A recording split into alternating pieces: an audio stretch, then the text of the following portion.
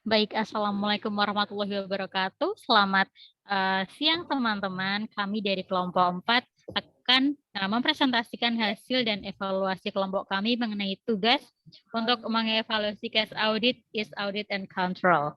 Sebelumnya, perkenalkan dulu kelompok member dari kelompok kami. Ada saya sendiri Abida Muntakina dengan NPM 0038. Ada Mbak Mareta Ika Wijayanti dengan NPM 0070 dan ada Mbak Mardika Pramudianti dengan NPM 190104.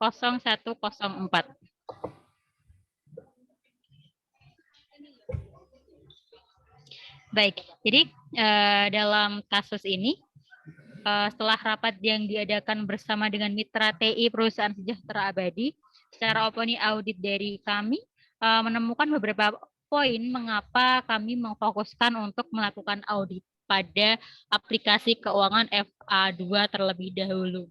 Jadi beberapa hal yang menjadi pertimbangan kami yaitu yang pertama, setiap kerentanan atau kelemahan tambahan yang saat ini mungkin ada mempengaruhi FA2.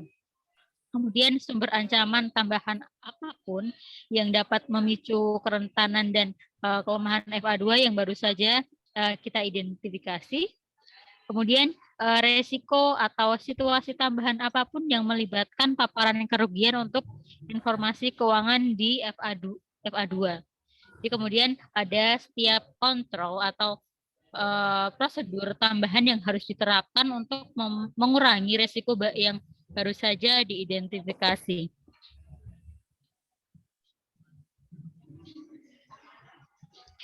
Kemudian dalam kasus ini, dalam financial application aplikasi keuangan di IT area atau collaborating-nya itu sistem informasi pemilik FA2 tidak meninjau ulang hak akses penggunaan secara berkala atau periodik. Kemudian read source-nya itu pengguna yang tidak terotorisasi atau tidak sah. Itu mengenai peretasan karyawan yang diberhentikan dan orang dalam. Kemudian likelihood levelnya itu sangat tinggi dan probability assignment-nya itu 1. Kemudian magnitude of impact-nya itu tinggi dan impact level value-nya itu 75. Jadi resikonya itu pengguna memiliki hak istimewa yang tidak sesuai dengan fungsi pekerja mereka. Jadi mengizinkan modifikasi yang tidak sah atau tidak tepat pada data FA2 di mana dapat menyebabkan keputusan manajemen yang berdasarkan informasi yang menyesatkan. Kemudian risk ratingnya itu 75 dan recommended control-nya itu hak akses penggunaan dalam FA2 itu adalah ditinjau secara berkala oleh pemilik aplikasi FA2 untuk tetap memverifikasi hak akses sesuai dengan konsisten persyaratan dan action probability-nya itu sangat tinggi. Kemudian memo dari kami, catatan untuk manajer, terus setiap kerentanan atau kelemahan tambahan yang saat ini mungkin ada mempengaruhi FA2 dan threshold sumber ancaman tambahan apapun yang dapat memicu kerentanan atau kelemahan FA2 yang baru saja diidentifikasi itu resikonya adalah situasi tambahan apapun yang melibatkan paparan kerugian untuk informasi keuangan di FA2.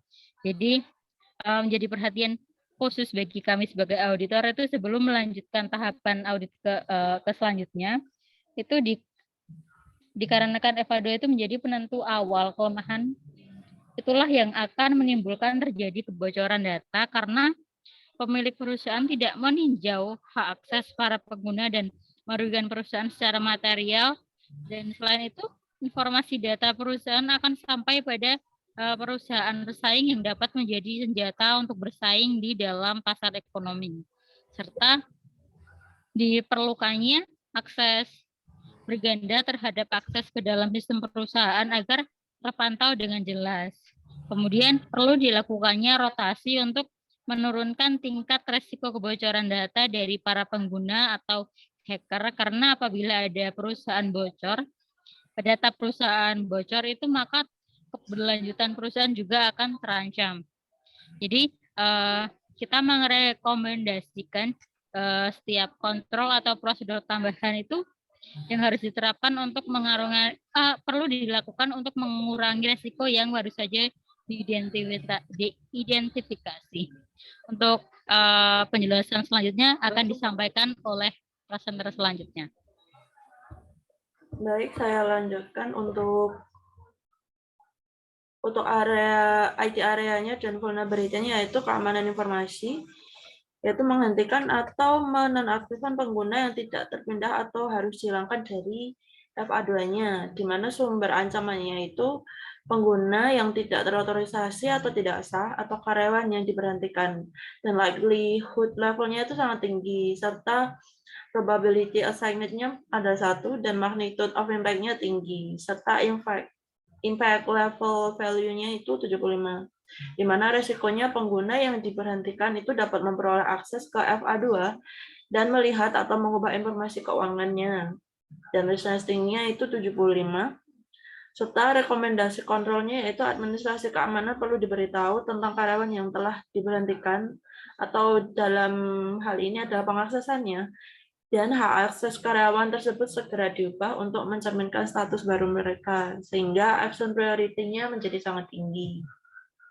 Dan memo dari kami, untuk resikonya itu dapat menjadikan celah kecurangan atau pencurian informasi oleh pengguna atau karyawan yang diberhentikan bisa memperoleh akses ke FA2 dan dapat melihat ataupun mengubah informasi keuangan pada perusahaan.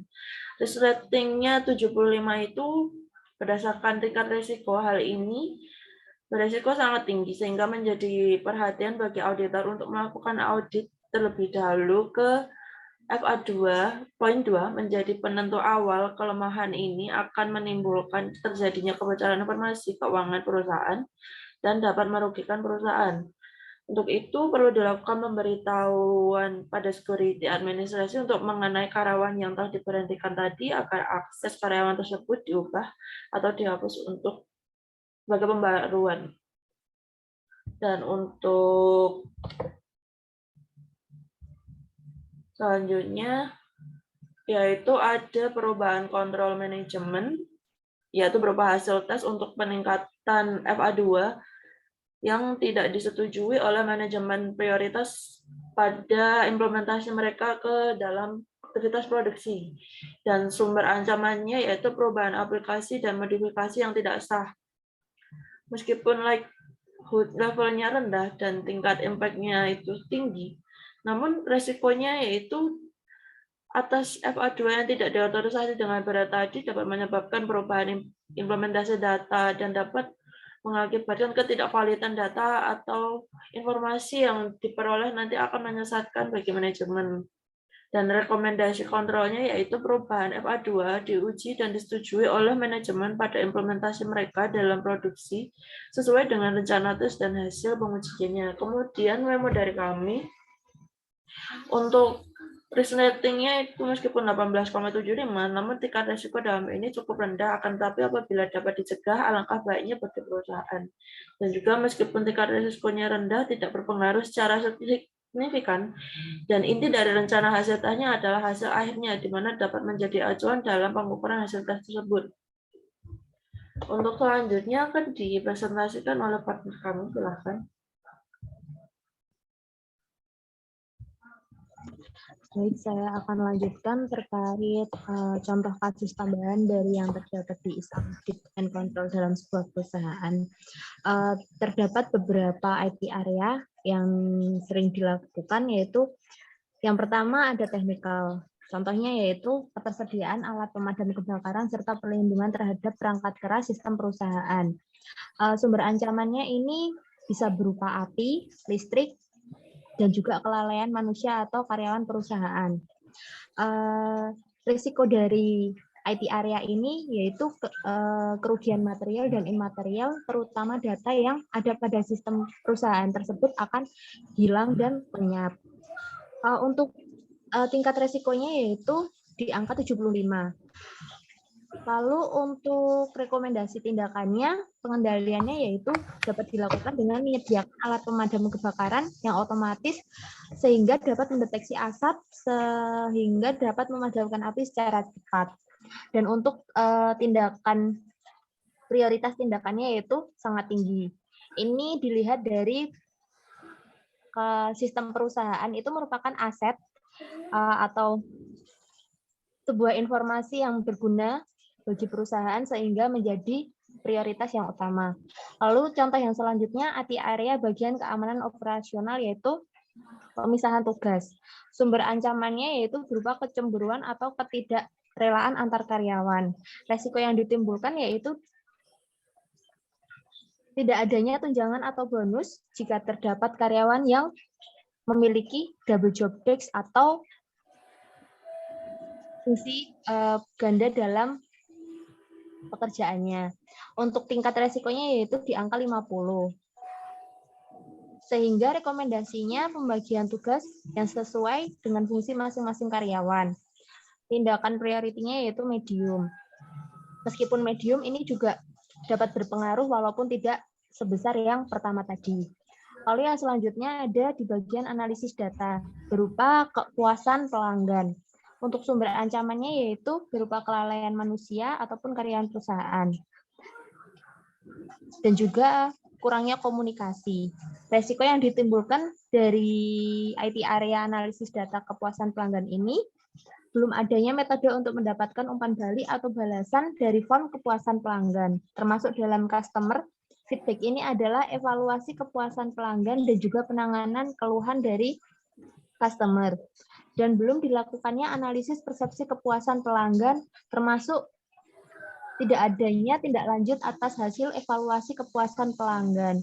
Sehingga kita tidak tahu di mana pelanggan tersebut puas dengan produk atau jasa dari perusahaan itu sendiri.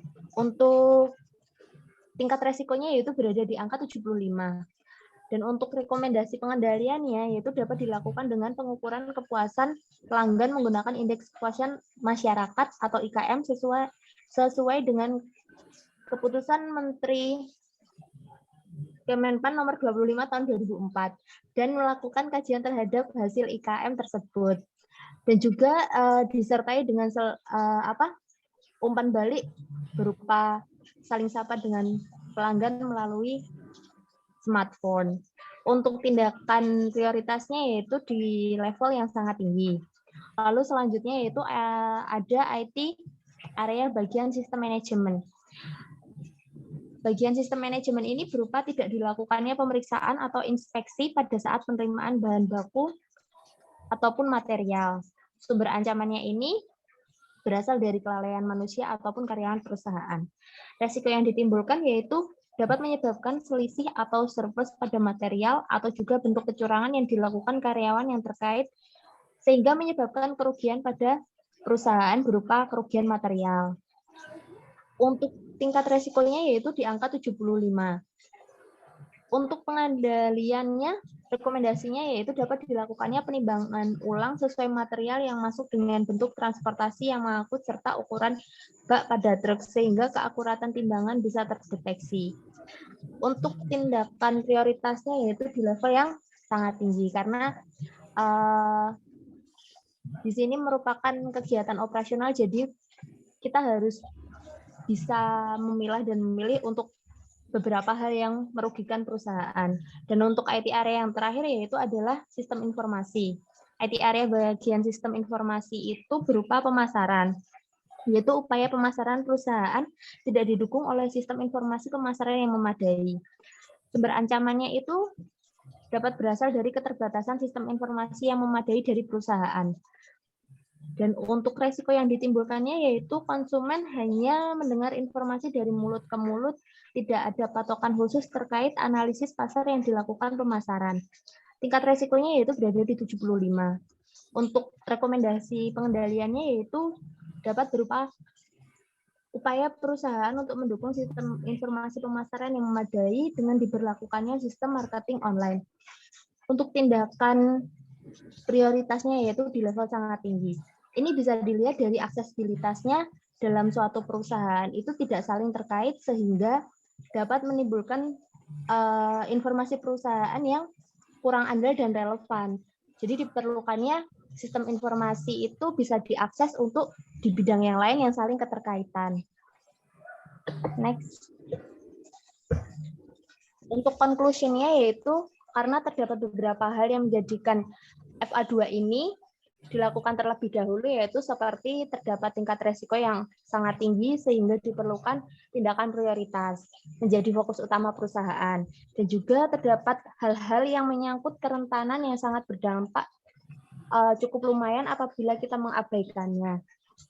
Karena bisa dilihat audit itu bukan hanya dari tingkat resikonya, tapi hal-hal kecil juga harus menjadi fokus dari seorang auditor. Namun fokus itu bisa dibagi menjadi beberapa level, yaitu dari yang resiko sangat tinggi sampai dengan resiko yang rendah. Next.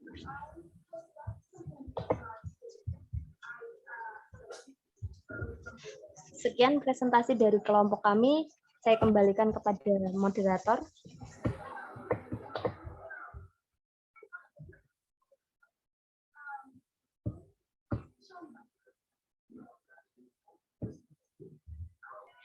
Baik, sekian evaluasi kasus dari kelompok 4. Terima kasih semuanya. Wassalamualaikum warahmatullahi wabarakatuh. Waalaikumsalam warahmatullahi wabarakatuh.